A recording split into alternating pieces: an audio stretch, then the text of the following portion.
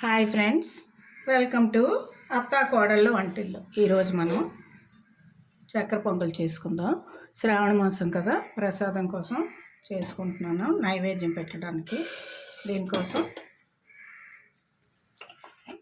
ఒక గిన్నెనా ఏదైనా తీసుకోండి. నేను కుక్కర్లో వండుతాను కాబట్టి కుక్కర్ తీసుకున్నాను.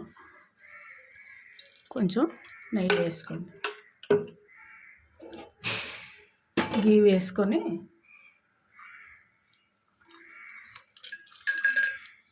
కాజు ఫ్రై చేసుకోవాలి.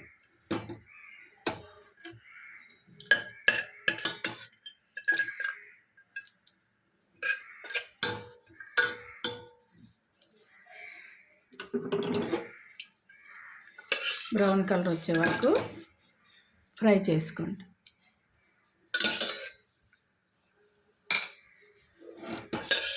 ఇలాగా బ్రౌన్ కలర్ వచ్చే వరకు వేయించుకొని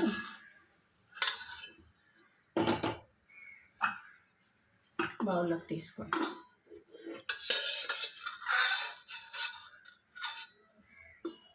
ఇప్పుడు అదే నీళ్ళని హాఫ్ గ్లాసు పెసరపప్పు వేసుకోండి. అది కూడా బ్రౌన్ కలర్ రావాలి, కొంచెం రెడ్గా వేయించుకోవాలి.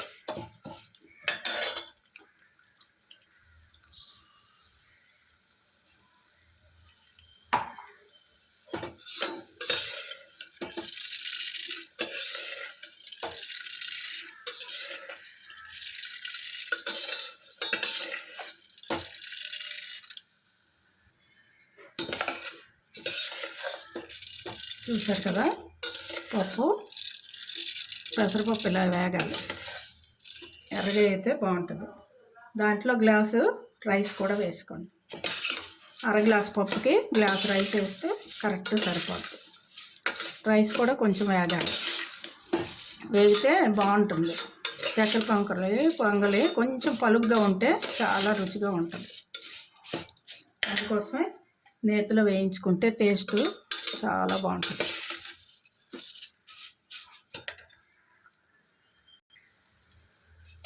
బియ్యం కూడా కొంచెం వేగాయి కదా, ఇప్పుడు గ్లాస్కి 2 గ్లాసులు వాటర్ వేసుకోవాలి. మనం పప్పు హాఫ్ గ్లాసు, రైస్ గ్లాస్ తీసుకున్నాం కదా, 1.5 అంటే 3 గ్లాసులు వాటర్ వేసుకోవాలి.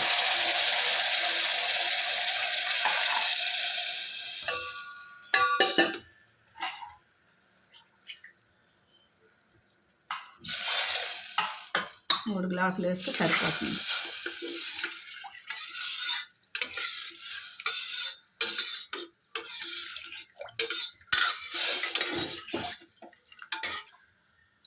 హైలో పెట్టి ఒక 3 విజిల్లు వేయించండి.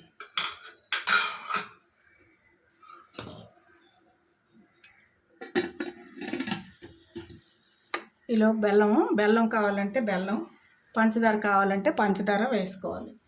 పంచదార వేసుకుంటే 1కి 1.25,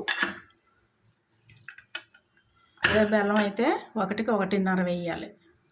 నేను కొంచెం బెల్లం వేద్దాం అనుకున్నాను. మనం పప్పు అన్నీ కలిపి 1.5 తీసుకున్నాం కదా, అందుకే 1.25 నుండి 6కి 1/4, 1.5 గ్లాసులు బెల్లం, 2 గ్లాసులు దగ్గర బెల్లం వేసుకుంటే సరిపోతుంది. ఈలోపు ఇది విజిల్ వేస్తుంది. ఇలాగా 2 గ్లాసులు బెల్లం, ఇది మనము పప్పు దేంతో తీసుకున్నామో ఆ గ్లాసుతో ఈ బెల్లం కొంచెం వాటర్ వేసి కరిగించండి. కరిగితే మనం రైస్లో కలుపుకోవడానికి ఈజీగా ఉంటుంది. ఇది కుక్కరు చల్లారేలోపు ఇది కరిగించుకుందాం.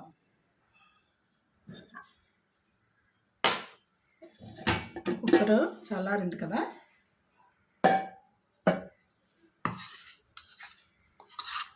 బెల్లం ఇలాగా కరిగించుకొని పక్కన పెట్టుకోండి.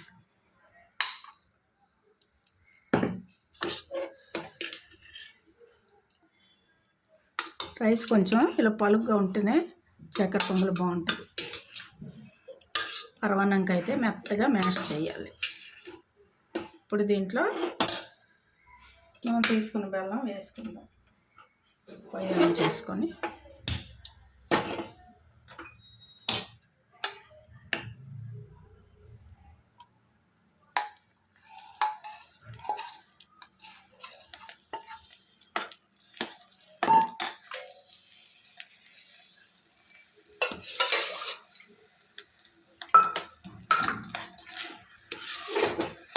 బెల్లంలో కొంచెం రైస్ ఉడకాలి.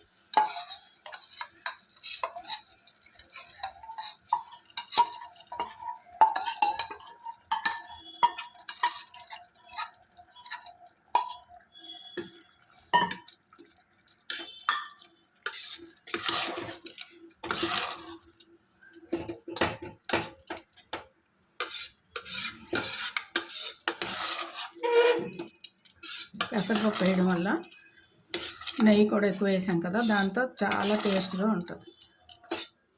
ఒక 2 నిమిషాలు ఉడికించుకుందాం.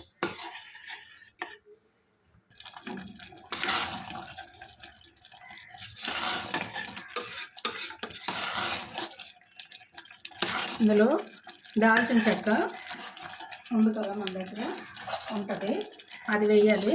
వీడియో స్కిప్ అయినట్టుంది, నేను వేసాను. ఇదిగోండి దాల్చిన చెక్క ముందు వేసాను కొంచెం. అది వేయడం వల్ల టేస్ట్ చాలా బాగుంటుంది. సిమ్లో పెట్టుకొని మనం వేయించి ఉంచుకున్న కాజు వేసుకోండి. ఈ మాత్రం జారుగా దించితే చల్లారేసరికి బాగా గట్టిగా అయిపోతుంది. అందుకే పొయ్యి ఆఫ్ చేసుకోవాలి.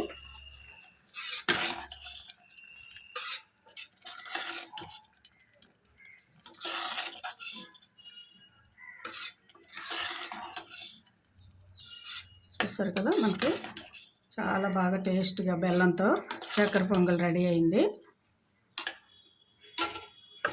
డిష్ అవుట్ చేసుకుందాం. ఇది ప్రసాదాలకు చాలా ఉపయోగపడుతుంది, అన్ని పూజలకు కూడా పెట్టుకోవచ్చు.